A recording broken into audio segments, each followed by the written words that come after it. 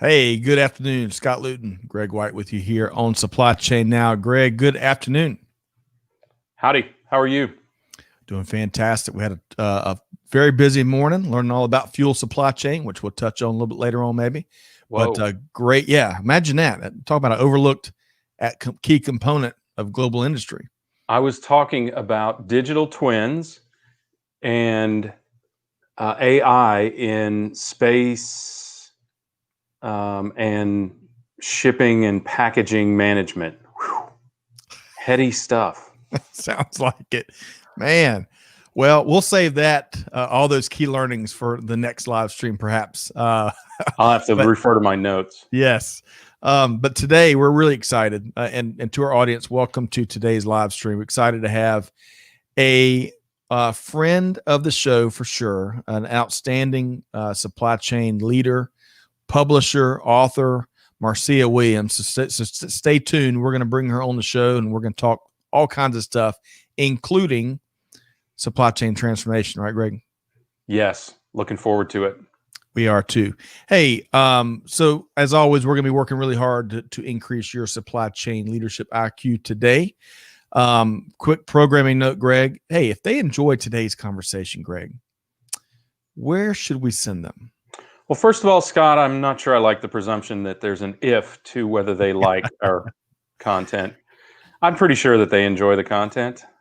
And assuming that you do, you should go to supplychainnow.com or wherever you get your podcast from. And don't forget YouTube. You get to see Scott live. Hey, it is a pleasure. It's a pleasure giving voice to industry and featuring all these wonderful thought leaders and practitioners and professionals that make global supply chain happen. So check it out. Subscribe wherever you get your podcast. And a quick programming note to our team. It looks like we've had a little malfunction with our Facebook functionality and connection. So I'm not sure if Clay and Amanda, if that's something y'all can fix in the moment. But if you take a look, and if we can't, no big deal. We'll fix it for next live stream. Fault. Let's go with that. Okay. Hey, let's say hello to a few folks before we share two quick events and then dive in. So, wow, we've got a whole crowd here today. Yeah. Stefan is back, Greg. If you saw his Terminator post on LinkedIn today, he had Arnold with the glasses. I'm back. So he is back with us here today. Stefan, you've been gone too long. Yeah, we had a chance to catch up this weekend. So.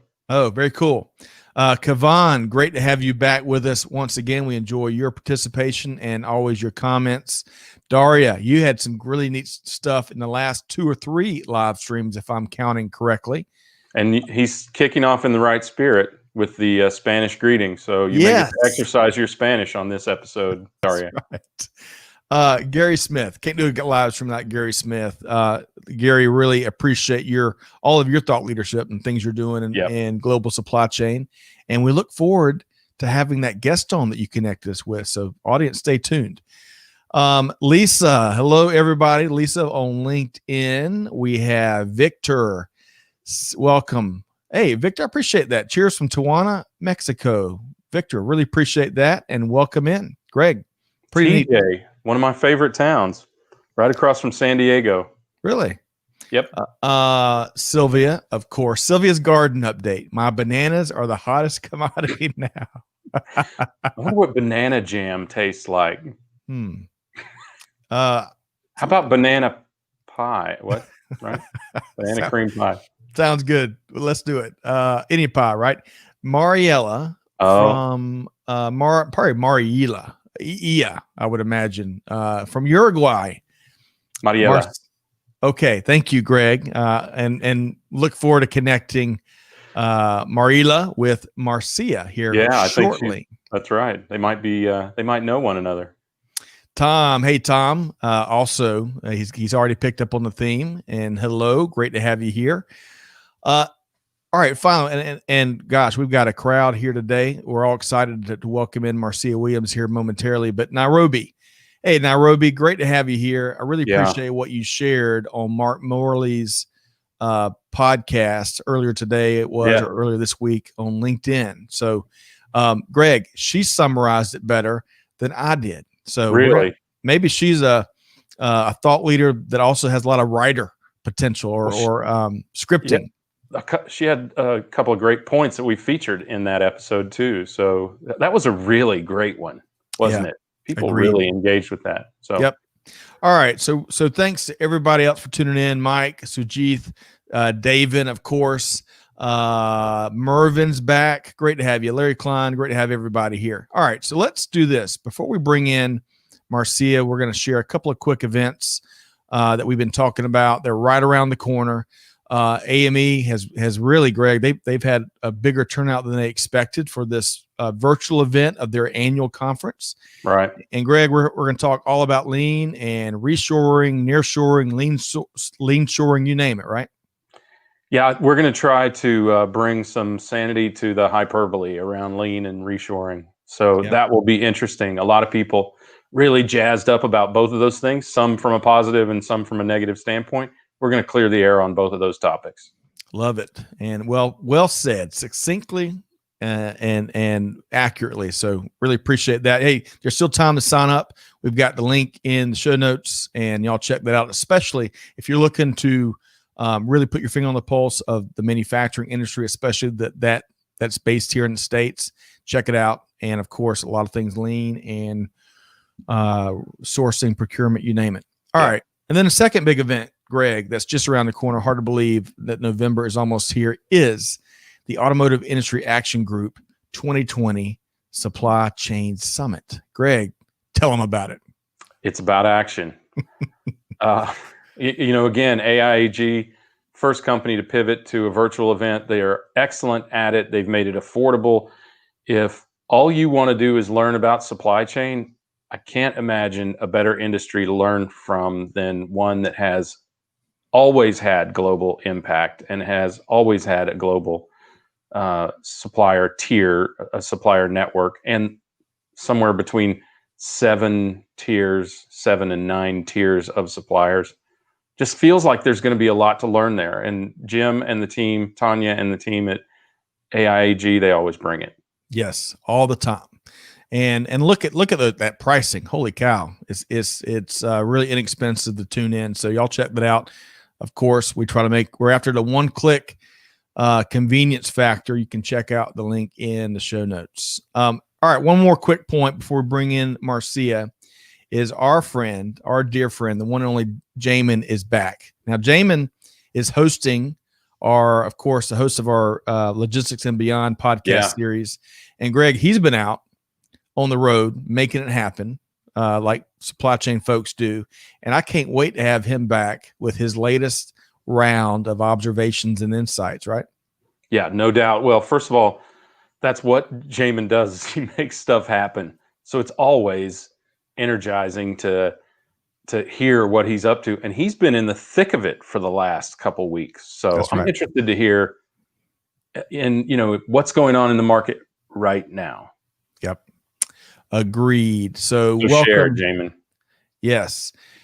So Jamin, great to have you back. Looking forward to reconnecting real soon. And so with no further ado, let's welcome in a guest that we're all excited to share with you, our audience, Marcia Williams, Managing Partner, USM Supply Chain.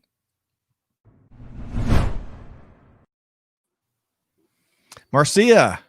Hello. Hello. Glad to be here. Yeah, welcome aboard.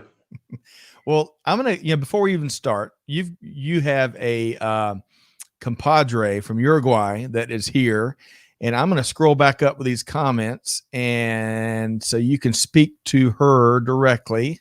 Here we are. Yes. I know her very well. All right. Well, is she still in Uruguay? Yes, she's there. She's my sister. Oh, you know her very well. Yes. And I told her, you need to be there, be on the show, because to me, to be here is like to be in opera for supply chain. So I asked her to be here. She cannot miss this. All right. Well, if we're going to have to live up to the Oprah thing, Scott, you're going to have to start giving away. You get a semi, and you get a semi, and you get a semi. Yes.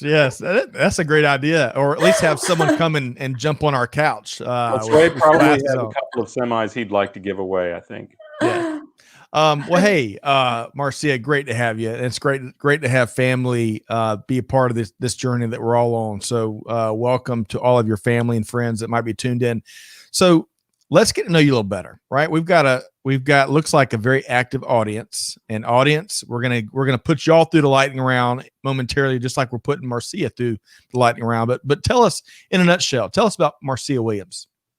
Yes, I have over 15 years of experience in supply chain, and I have helped large organizations like Alcoa, Cummins in the automotive industry, Cody.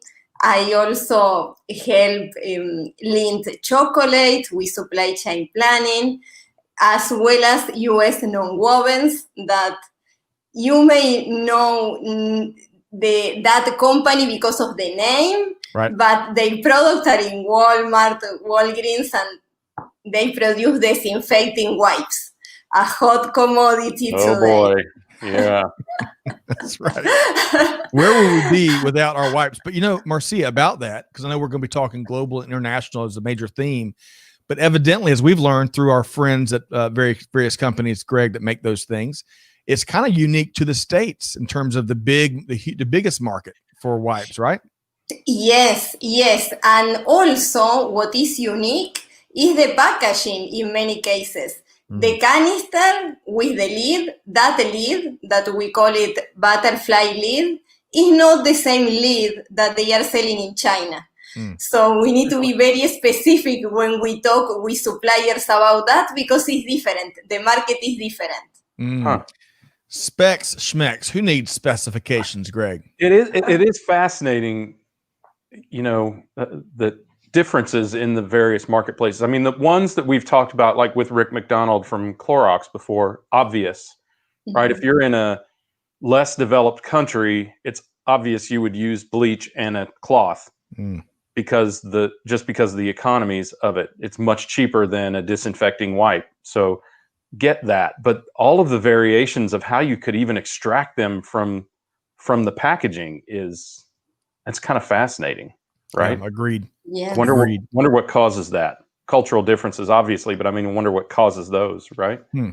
Yes, you are right, Greg. For example, we are used to getting the wipes in those canisters. And if we take a look around the world, they are used to having those disinfecting wipes in a flat pack. So, yes, the culture plays a major role.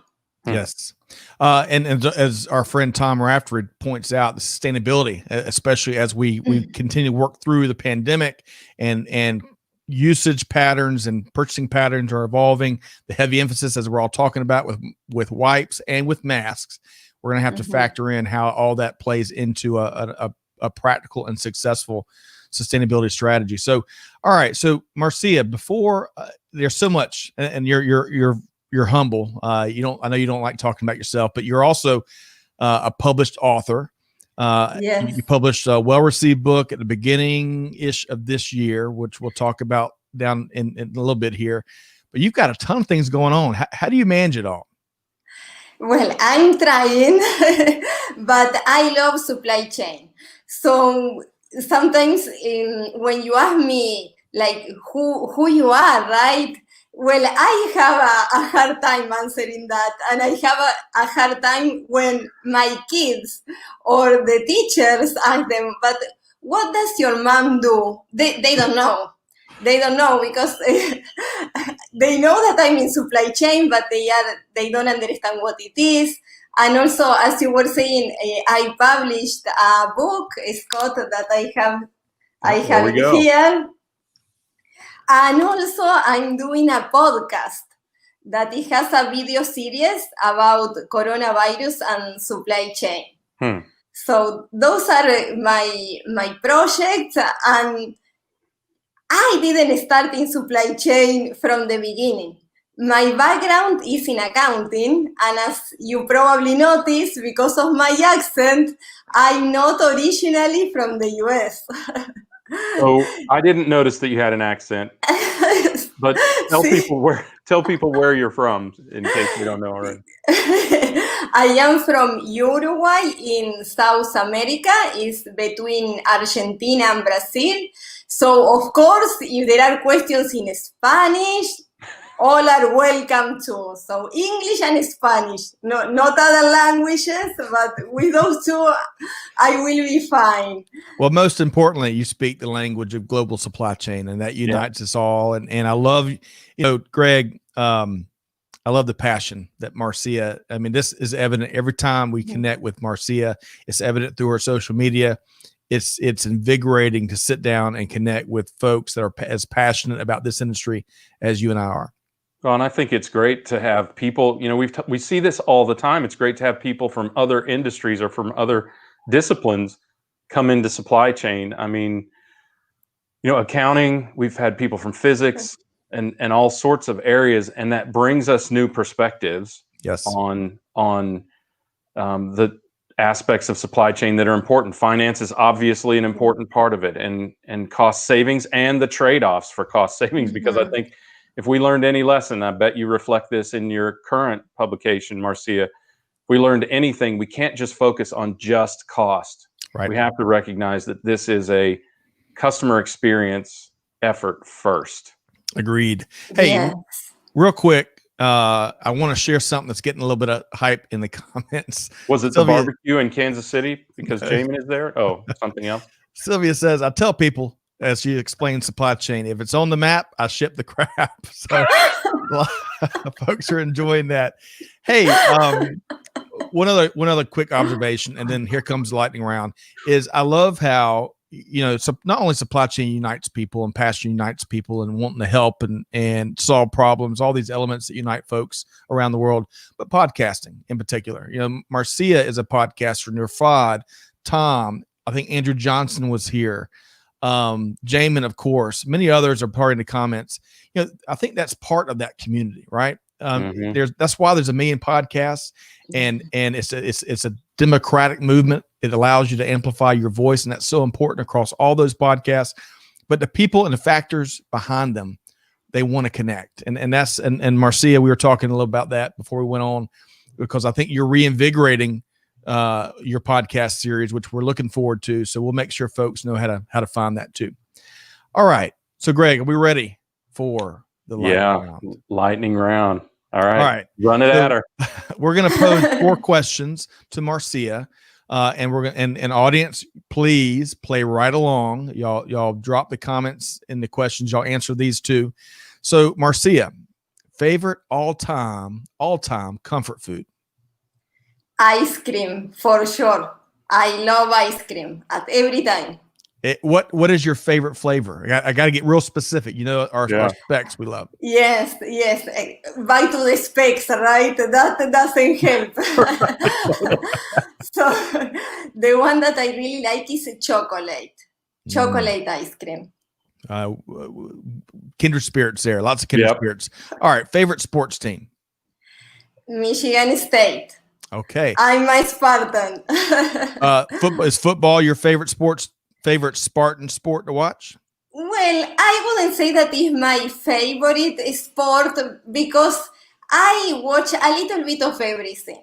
Okay. It to me it takes too long, so I like to switch from one sport to another one. But Michigan State, I am a Spartan, as I say, so go green. Awesome. Hey, let me share a couple of these comfort foods here real quick. Go Sparty. Wow. I mean, that's a fantastic supply chain school as well. So, Absolutely. Mean, there have been a ton of great supply chain practitioners come out of Michigan State. Excellent point, Greg. Excellent point. It's always one of the top ranked. So Nirfad, mint ice cream. Gary Smith loves Hush Puppies. That's his favorite comfort food. That's a great one. Stefan, B&J, what do you say? B&J peanut butter cup ice cream. Okay. Love that. Strudel. Oh, that's Ben & Jerry's, I bet. Ben & Jerry's. Yes. I love Ben & Jerry's chocolate covered cherry ice cream. I can't remember. Cherry Garcia, I think is what they call it. Love that. Yeah. All right. So let's keep driving. We got your favorite food, which clearly you have lots of kindred spirits there. Favorite sports team. Let's talk about back when we could travel. what was one of your most recent favorite vacations or trips? Disney World in Orlando. Really? Awesome. Yes, because to me it was like a dream came true. We went all together. My parents flew there. Well, Wow. my husband and I with the kids, and also very close friends of us, all together we went. And of course, we had to wait in line for hours to see Frozen. We went to the same attraction many times.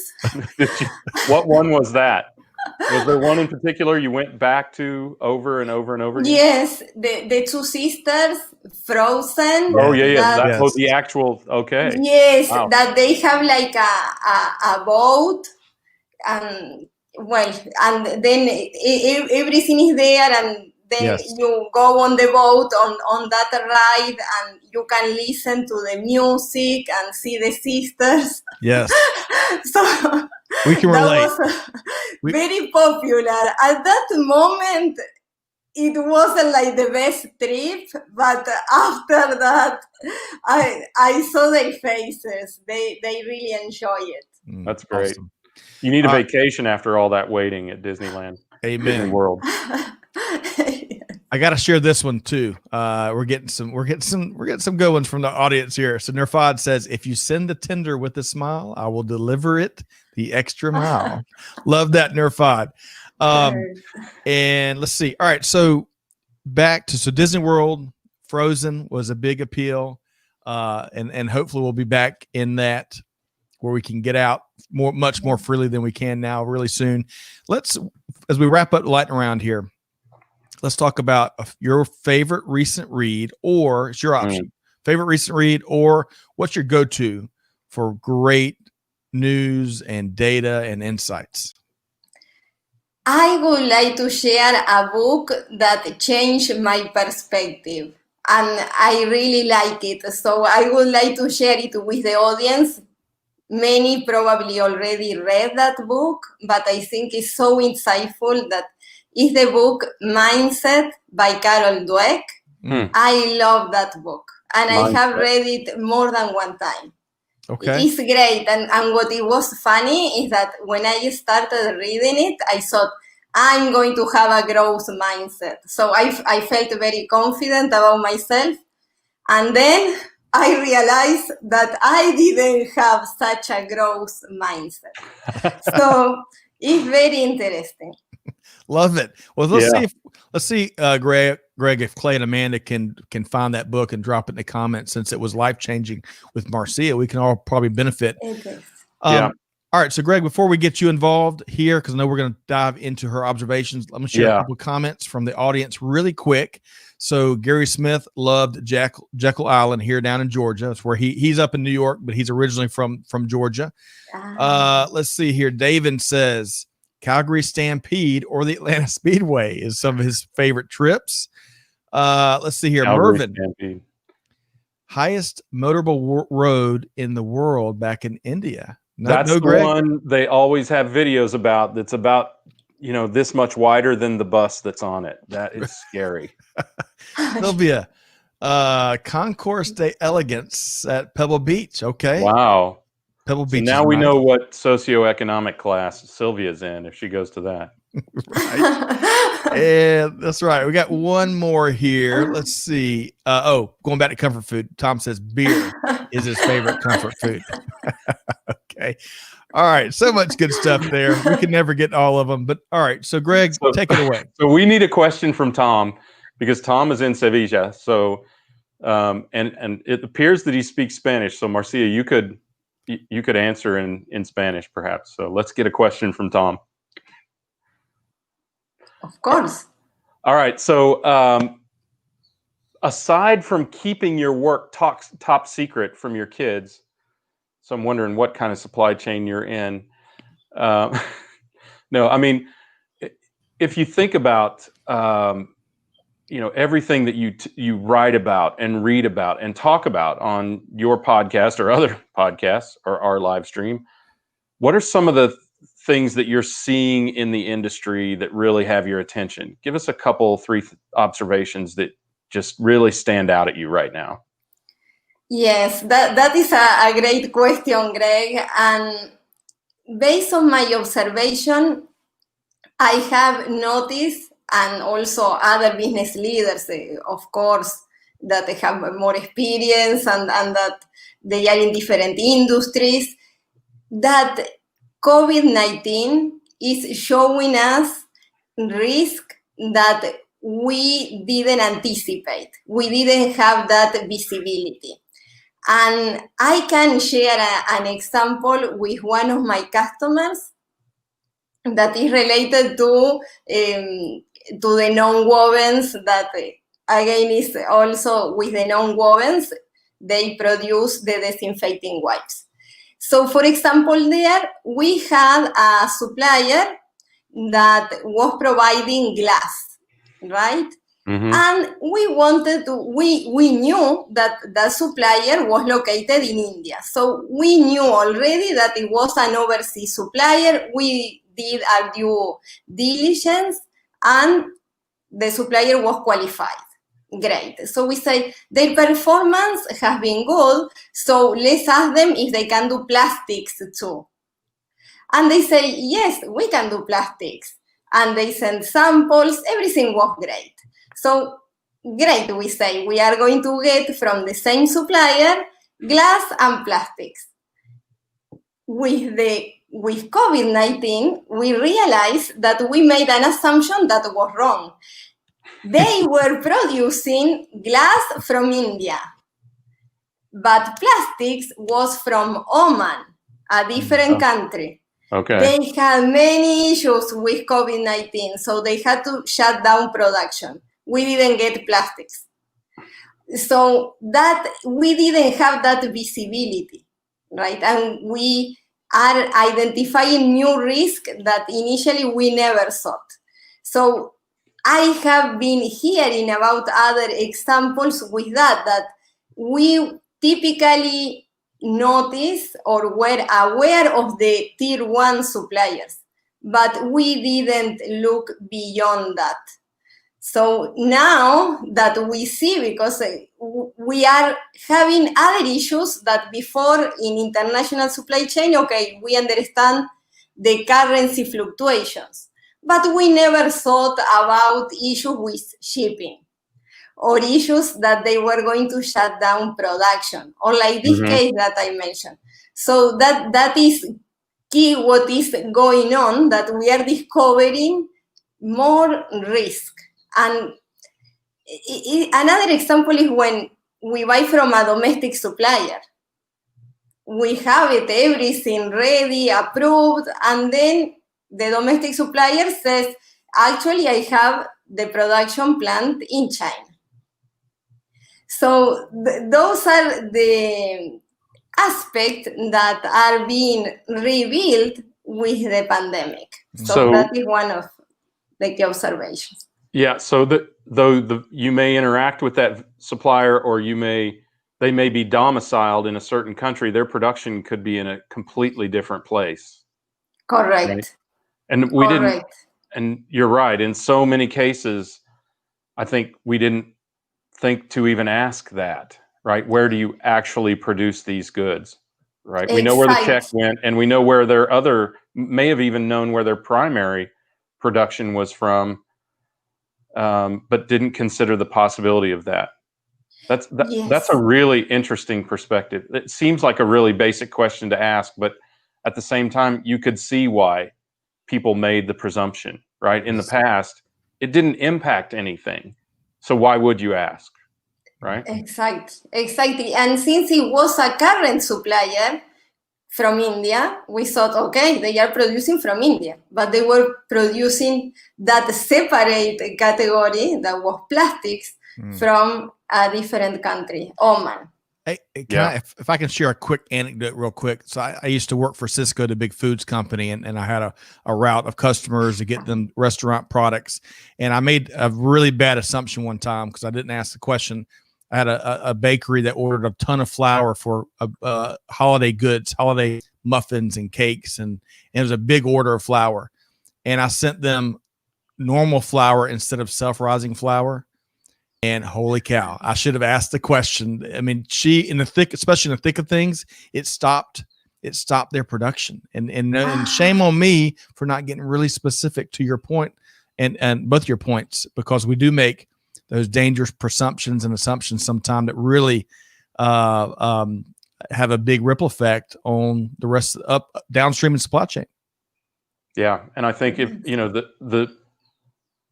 the massive cessation of commerce that occurred just highlighted those kind of things. Otherwise, you would discover them, may not ever discover them, right? Or you would discover them in small increments. So, Scott, if you want to put Tom's question up, I will attempt to read it into the record so that the site or so that the audio version of this has. So, Marcia, en su opinión, ¿cuáles son las mayores diferencias entre las cadenas de suministro en Estados Unidos y Uruguay? How was that? Perfect. You don't need me anymore here. I can only answer in English, though.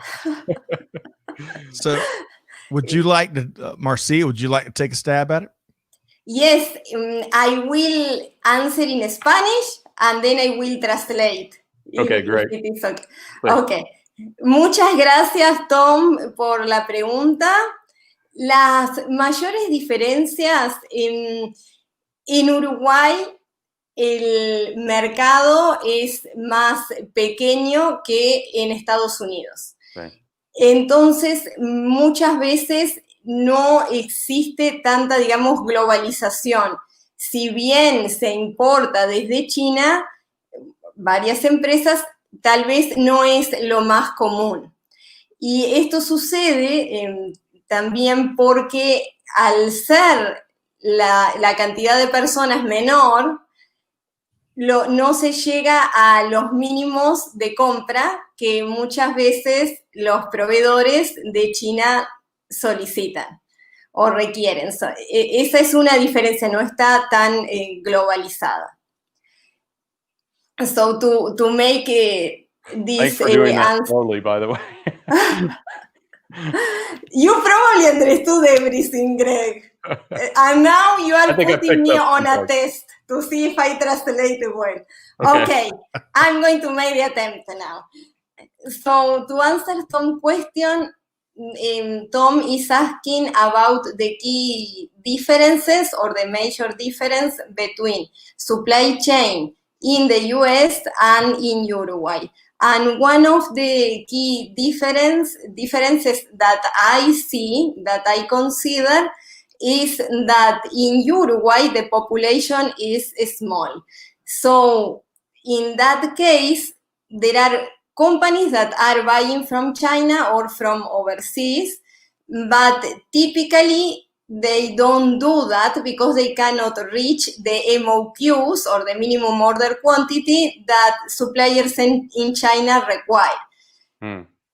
That is one of the key differences. It's not they buy from different countries in the region, also due to the taxes. Tom, agregué una parte ahí.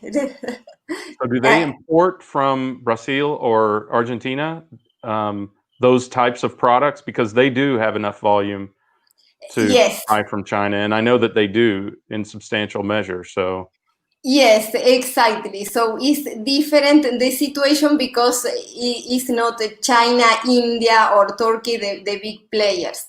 It's more in the region, and also due to the duties, because there are some agreements that when there are imports, they don't have to pay duties if the goods are coming from Argentina and Brazil. Got it. And so what net impact does that have on, to further Tom's question, in comparison to the States, what impact does that have on pricing comparison to the States, and maybe in comparison to Argentina or Brazil? Are the prices higher in Uruguay? Yes. Okay. Yes, are much higher. Okay. That is the key impact.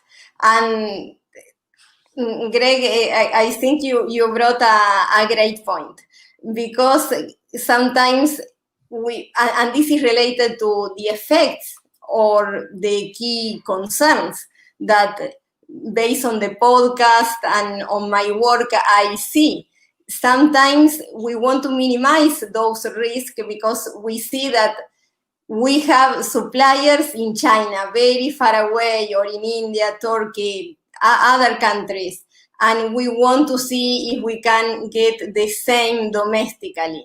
And of course we can, but there's a difference in price, right? And also there's a difference in capacity, because sometimes it's not only the price. If the customer agrees, as you were saying, if the customer agrees to a higher price, great, we can get them in the States, but the lead time, or where we are in line to wait for the supplier to produce for us, is too long. So that's another option that sometimes we have to see overseas.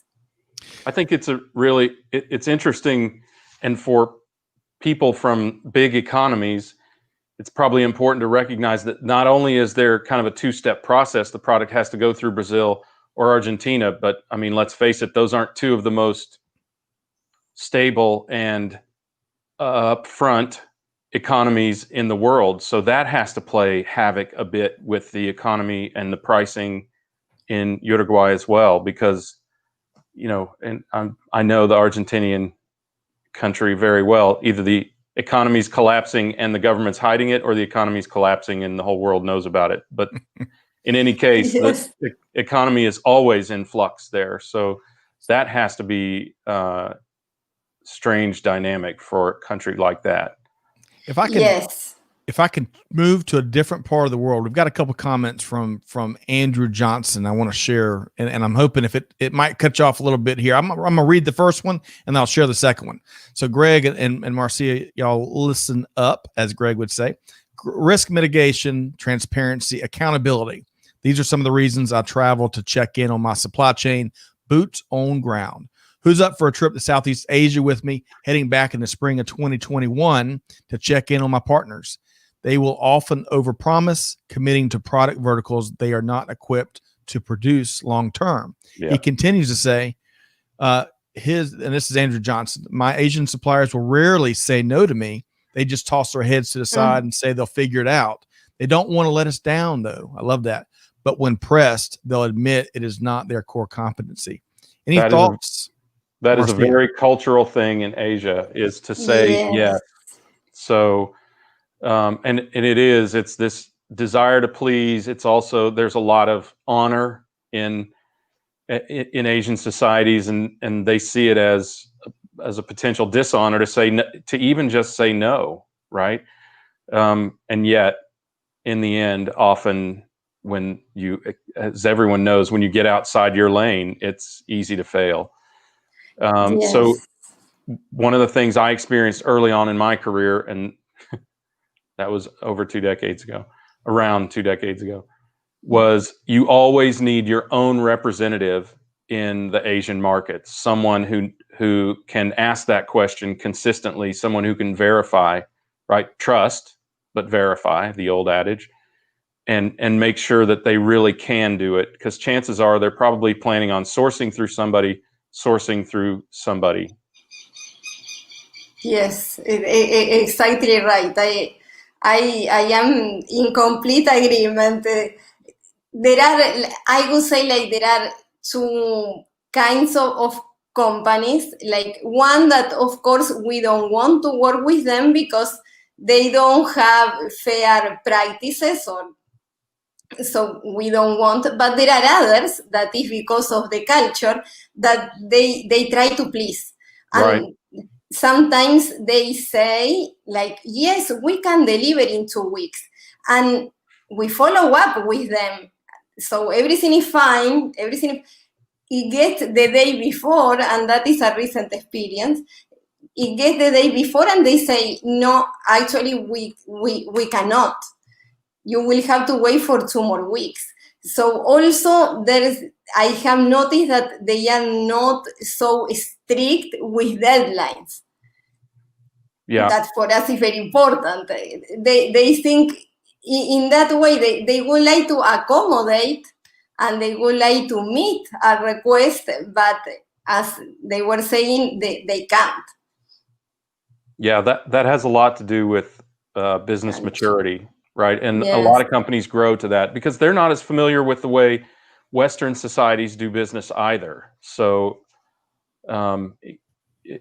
their concern is if they say no, they lose the rest of the business potentially. So, it just requires everyone to communicate more is all. Yes. It's really easy to understand everyone's respective cultures. I've worked in Asia quite a bit, and it's really, really easy to understand. You just have to ask and enunciate. And I think, by the way, Andrew is doing the right thing by pressing, I'm sure politely, we all know Andrew, right? So pressing, I'm sure politely to say, really, can you really do that? And I think that's a prudent way to proceed. Agreed. Even better is to have boots on the ground in Asia representing you 24/7. Hey, great points. We've got two questions from the audience I'd love to pose to Marcia and Greg. Would love to get your thoughts as well. Mervin, and great to have you as always here, Mervin, on the live streams. He wants to know your thoughts on regional sourcing, Marcia. Yes, it depends, right? What is best? And for that, we always need to look at both. Here is my side from accounting. But we need to see revenues and cost is both, because if we lose opportunities, we lose revenue. So supply chain is more than that. The value is on the profit. So I would compare the regional sourcing, like the total cost of ownership and the benefits in a quantitative analysis with global sourcing. I would like to compare both. I have been looking in Mexico for some of the categories to source, and in some they can be competitive. In others they can't. So I think we need to go through that analysis and see what is best, what is going to deliver the highest value.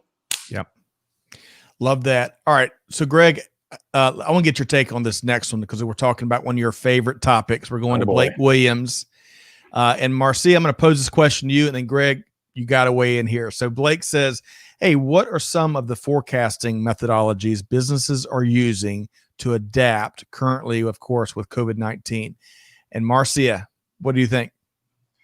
This is a great question because forecasting has been challenging even when we didn't have COVID-19. Right. So, and imagine now it's like, we don't know what is going to happen.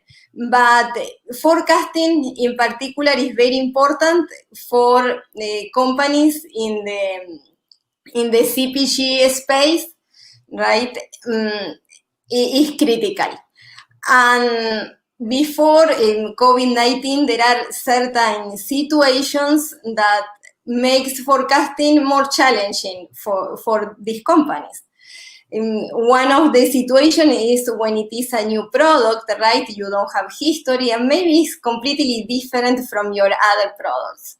Another situation is when you create a promotion, you don't know the impact of that promotion. So the third one that I can mention is when there is seasonality, right? So all of these are challenges in forecasting. And now that we have COVID, that is even more difficult because the traditional channels, for example, that these companies were using, that is the big stores, the retailers, when we go to Walmart, for instance, now there's more on the e-commerce side. So we are going to Amazon and other e-commerce sites. So for forecasting, the methodology, and I have seen it, there's a range, right? It depends on where your company is. The most traditional ways they look at what happened last year, that in this case is not going to be valid if you are going to work on 2021, because it's completely different, or if you look at 2019, and they see the changes, right? The marketing started talking about what potential changes. That is in the first stage. And then there are others that you can use statistics. Like, for example, with Six Sigma, we can use regression analysis to see the different models, to try to understand the causes and get to an equation. That is more advanced. Yep. But there's no perfect methodology. I have seen that. And of course, lately, we have artificial intelligence that uses an algorithm and takes more factors in consideration. But there's a complete range, and I think it depends on where your company is. If you are looking like at last year and see what can change for next year, you cannot go like from there up to artificial intelligence. I think there's a big gap, and there are risks in doing that. So, Greg, she mentioned regression analysis. I love breaking out my protractor and abacus and figuring out that regression analysis. I failed so bad at that portion of my Lean Six Sigma Green Belt test. But, Greg, weigh in. And this is one of your, I think you share her passion in this topic. So, share some comments with us. So, first of all, very diplomatic, Marcia, because the fact is, and this is my opinion after more than 2 decades of doing forecasting and providing forecasting and using forecasting, frankly, it doesn't matter. To answer the question, it doesn't matter what technique they're using, because they are all inadequate. Because, as Marcia was alluding to, they are all reflections of the past. You could argue that forecasting in supply chain has always been, and I do argue this, postcasting.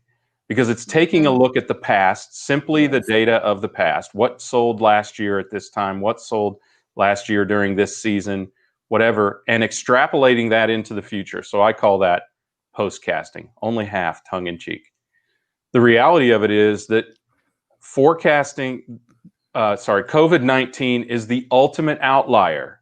And forecasting makes provisions for outliers. And good forecasting, it actually excludes the impact of outliers on the next forecast. And this is the ultimate outlier. And as COVID has laid bare the supply chain notion of focusing on cost rather than focusing on risk management and customer experience, it has also laid bare the notion of these ancient forecasting techniques that we have used, some of which are literally over 100 years old. And because today we have access to new data that is actually predictive, what we really need to be forecasting in supply chain is not the item. I want everybody to look down just real quick. Everyone at your desk, just look down real quick. See those things in front of you on your desk? When we talk about items and we talk about forecasting, we use things like this item's trend, this item's pattern. Marcia, you said seasonality, right? We talk about, what this item does or how this item acts. Look down again at those items on the front of your desk. What have they done? Nothing.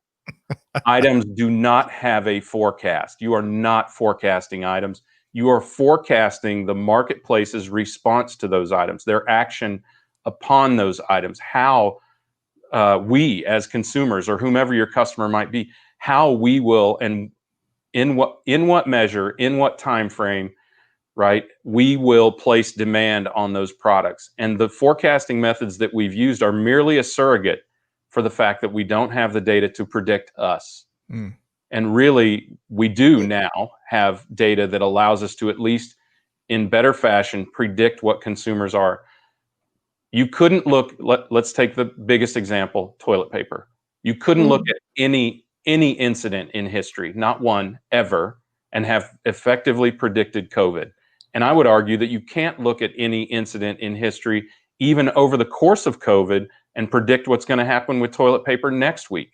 What you need to be doing is looking into the actions, the influences, the psyches of consumers as to whether they're going to hoard again, what caused them to hoard in the first place, things like that to drive that. So that doesn't give a lot of hope for how to attack it, but it does mean, and we've experienced that so many people have intervened manually into their forecasting. And I would suggest that that manual or technological intervention needs to look at what you suspect will influence consumers or your customers in the future, not at all what they have done in the past. The past, to quote many stock market brokers, the past is no reflection of the future, right? Past success is no indicator of future It's like value. a roulette table. Yeah, they show all those numbers of where the marble has the ball has landed, and it means nothing. It means absolutely nothing. All right, it so real doesn't quick. have to be, Scott. It really doesn't have to be. But the mechanisms to evaluate those influencers don't yet exist, and they do require AI. And ultimately, what we're going to need to have is a tiered methodology of forecasting wherein we apply those influences where we have enough data to do so, and we use these ancient, regressive, or exponential smoothing or whatever other techniques, pick the 500 techniques of forecasting, the historic techniques of forecasting, and we meld them together to try and come up with a good forecast. All right. I knew we were opening a can of worms. You asked forecasting. for it. That's right. Hey, you know what? Although I really like Jamin's statement on it. Something about forecasting is something like black magic, gambling and guessing, or something like that. So but it's true, because I would like to add a point about Greg's comments that were very thoughtful. When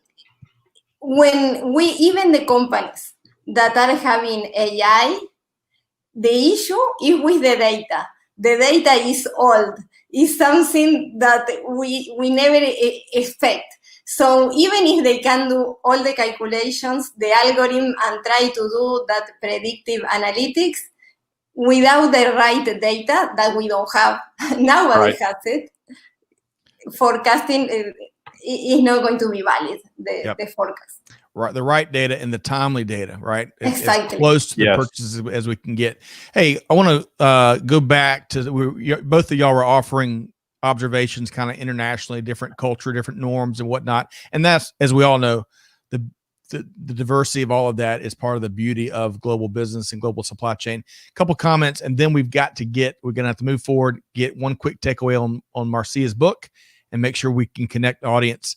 But Michael Avra, great comment here. I used to manage the North American supply chain for a Brazilian organization, and one huge cultural difference was working hours. It was so refreshing because their approach was not as hurried as the U.S. Nairobi says Panama has a smaller supply chain than the U.S. and many other countries around the world, but not all countries can work as a transshipment regional hub. Good point. Agreed. Finally, Jamin, and Jamin's got a lot of good comments here.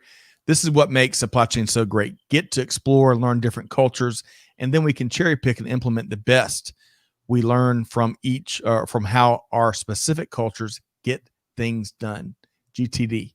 Supply chain is a great global cultural stew. And then he says, I want to follow up. He says, he made a comment about how thanks supply chain. Now you make me hungry for stew on this autumn day. So a lot of good stuff there. Greg, let's talk really quick because I've got 12:55. Let's talk really quick about her book.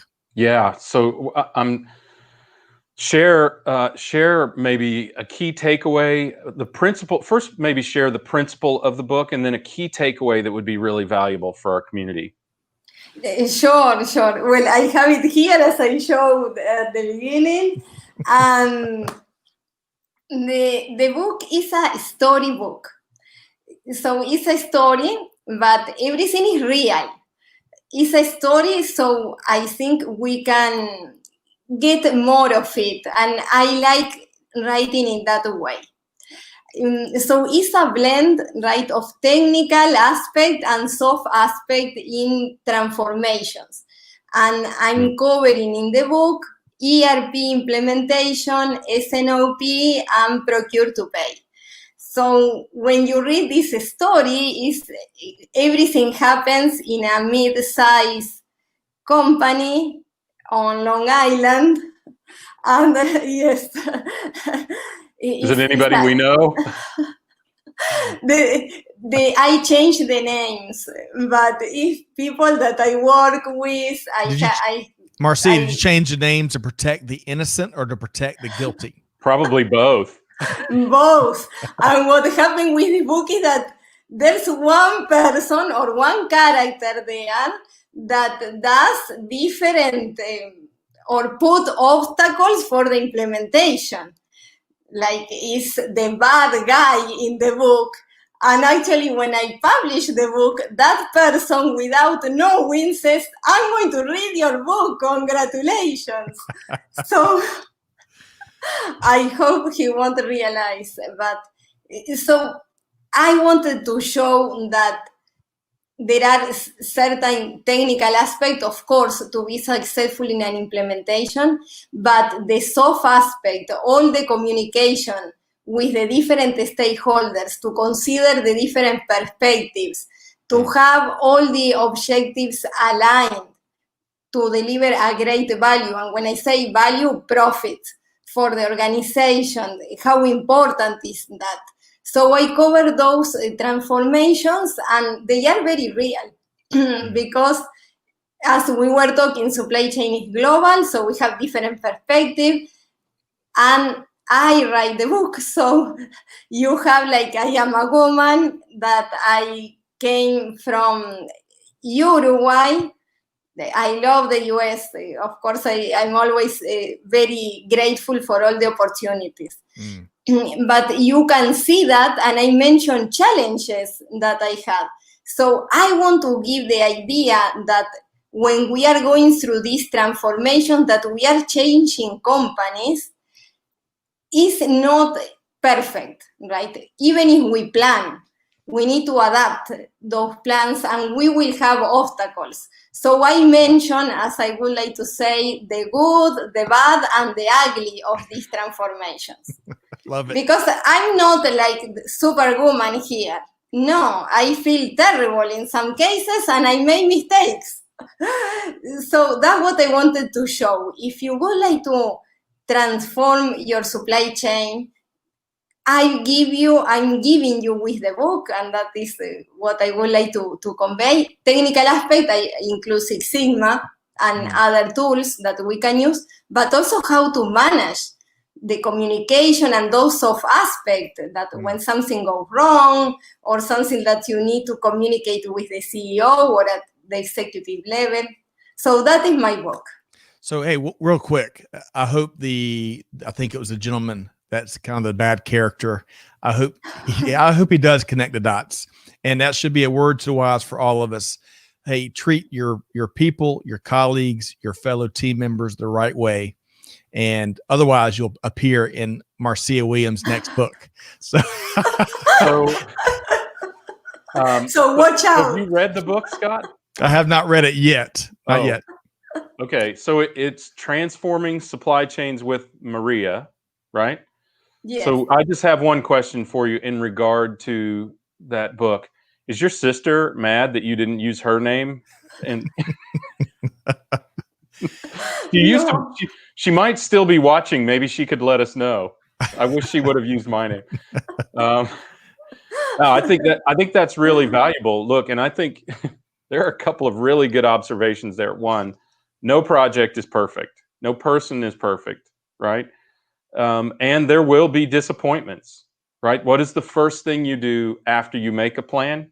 You change it, right? Because there's undoubtedly and unequivocally something that you have overlooked or was unforeseen or something like that. And that's nobody's fault. It just happens. As the great philosopher, we love to quote this great philosopher, Mike Tyson, says, everyone has a plan until they get punched in the face. That's right. Right? So, on a transformation, you are definitely going to get punched in the face. And that's our favorite philosopher here, Marcia, to quote and learn from here. Certainly one of our favorites. All right. So Marcia, just like we thought it would be, lively. The audience loved the comments and the questions and the playing right along with our conversation today. Thanks to all of you. Marcia, let's make sure, and we've got your LinkedIn profile. I'm sure you welcome invites and connections there, but we've got that in the show notes. How else can folks connect with you? It can be through LinkedIn, of course, or it can be directly with me. I can give my email for any questions. It is marcia.williams@usmsupplychain.com. Perfect. It's just that easy. Love it. Marcia, we'll have to have you back. I'm going to dive into your book. I'm going to read through all the stories. I'm going to give you a book report next time you come on. Wow. And really appreciate everything you shared, but most importantly, the passion and the earnest and genuine approach you take.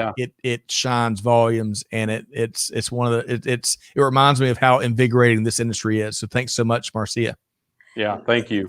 Thank you so much. To me, it has been a pleasure, and I really appreciate all the audience, the comment. I really enjoy it. So awesome. Thank you so much for having me. You bet. We'll be reconnecting with you soon. We've been talking with Marcia Williams, managing partner with USM Supply Chain. Thanks so much. Thanks, Marcia. Thank you so much. Man, are you ready to go run through some walls now? I'm ready, Greg. Are you ready?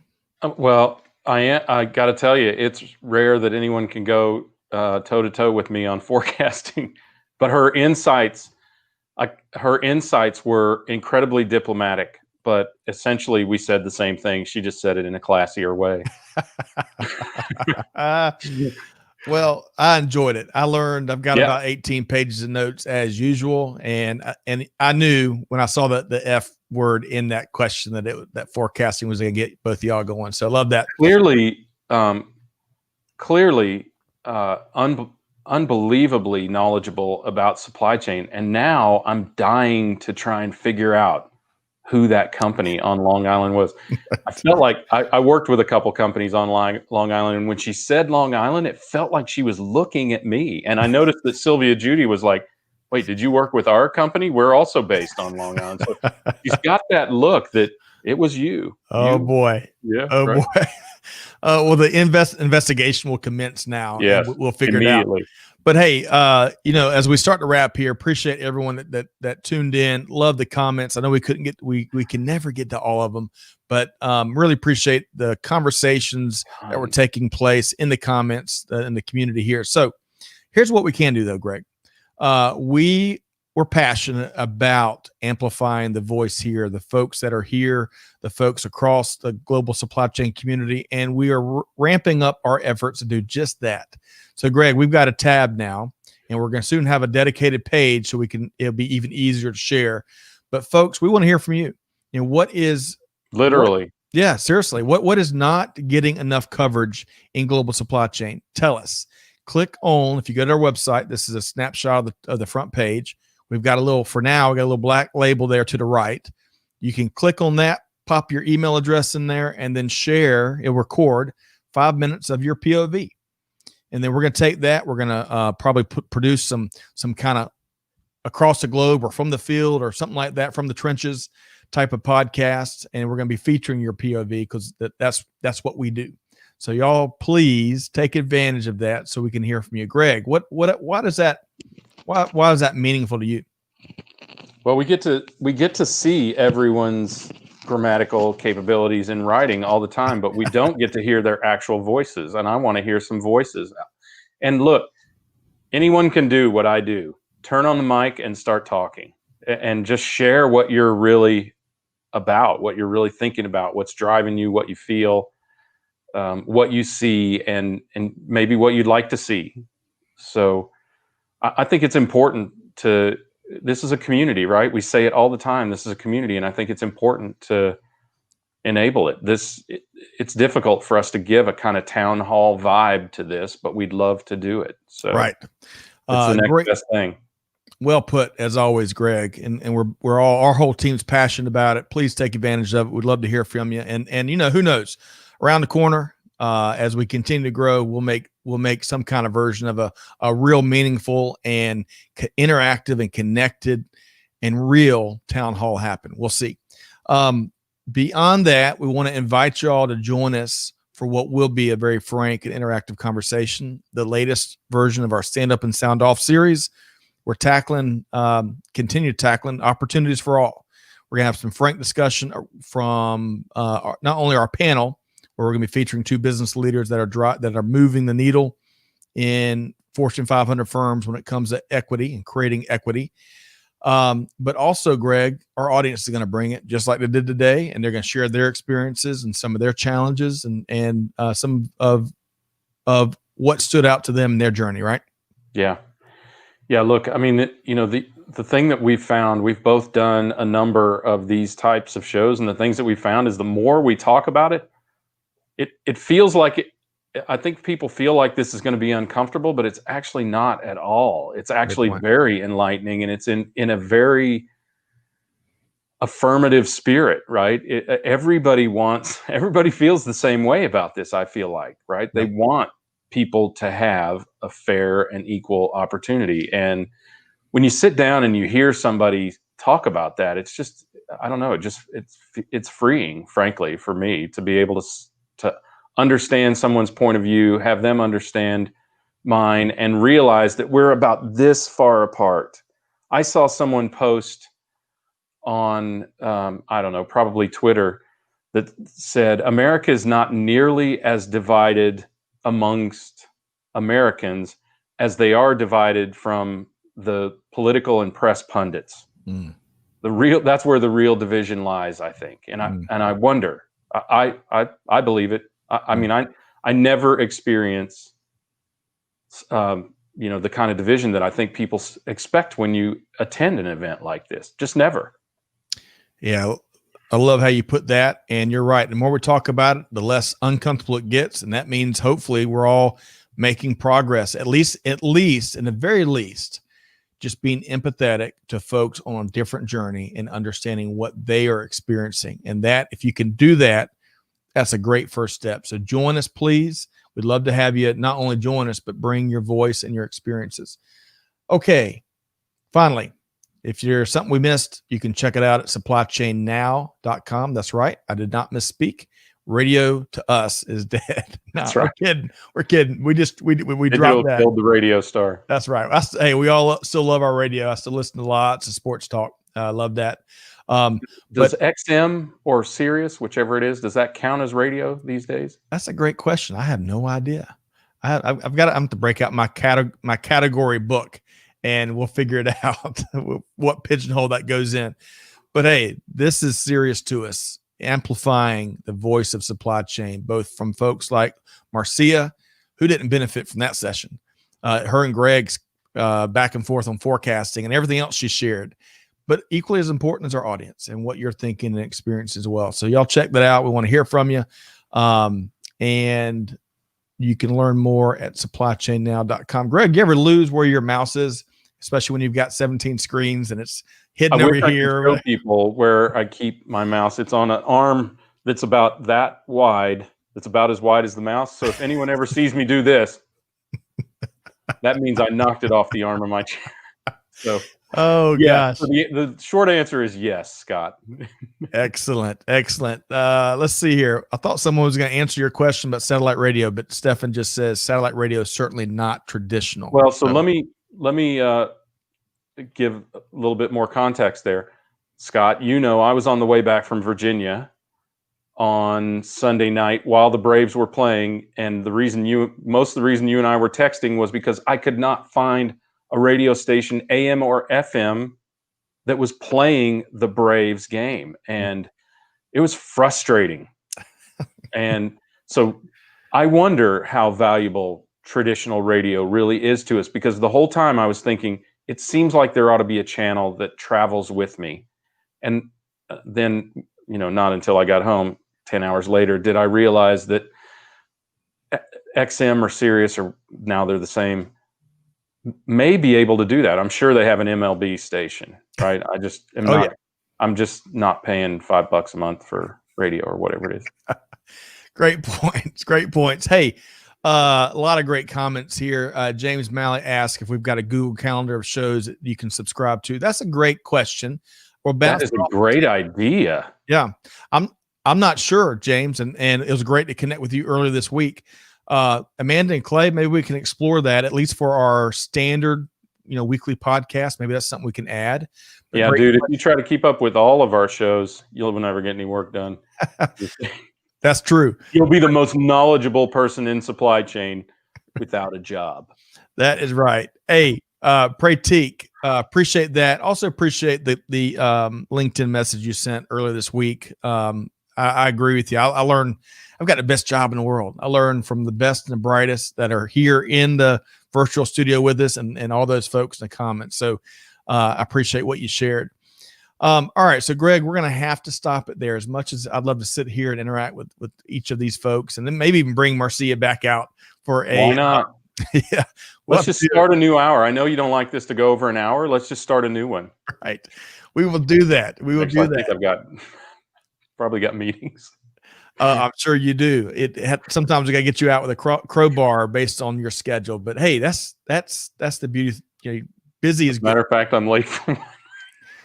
So on that note, let's take care of Greg's calendar, but everybody else. It's my fault. I just want to acknowledge it's my fault. I'm late. So Yosh, if you're waiting and you're watching, I'll be there in just a second. That's right. Hey, thanks to everybody for tuning in. Really big thanks to Marcia Williams for taking time out of her busy schedule and sharing her insights with us.